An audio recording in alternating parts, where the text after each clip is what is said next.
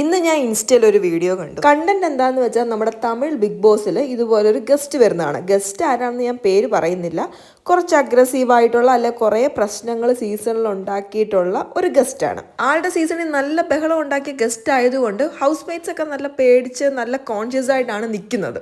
പക്ഷേ ഉണ്ടല്ലോ, അവർ വന്നിട്ട് കറക്റ്റ് ഒരു ഗസ്റ്റ് എങ്ങനെയാണോ പെരുമാറേണ്ടത് അതുപോലെ തന്നെ പെരുമാറി.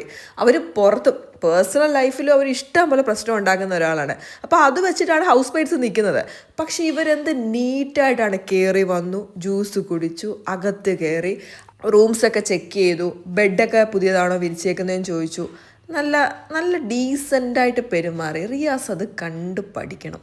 ഷാനവാസ് ഇന്നലെ ക്യാരക്ടർ വിട്ടു എന്ന് പറഞ്ഞിട്ടാണ് റിയാസ് അവിടെ കിടന്ന് ബഹളം ഉണ്ടാക്കിയത്. എഴുന്നേറ്റ് വന്നോടനെ കിച്ചണിൽ വന്നിട്ട് റിയാസ്, ഈ സിങ്ക് എന്താ ഇങ്ങനെ കിടക്കുന്നത്? ഞാനൊരു 2 സീസണിൽ ഇവിടെ നിന്നതാണ്, ഇങ്ങനത്തെ ഒരു സിങ്ക് എനിക്ക് എഴുന്നേറ്റ് വരുമ്പോൾ കാണേണ്ട വന്നിട്ടില്ല. റിയാസ് ഈ സംസാരിക്കുന്നത് മുമ്പ് വന്നൊരു കണ്ടസ്റ്റൻ്റ് ആയിട്ടാണ്, അല്ലാണ്ട് ഗസ്റ്റ് ആയിട്ടല്ല. ആ റിയാസ് ആണ് ഷാനവാസ് ക്യാരക്ടർ മാറി എന്ന് പറയുന്നത്.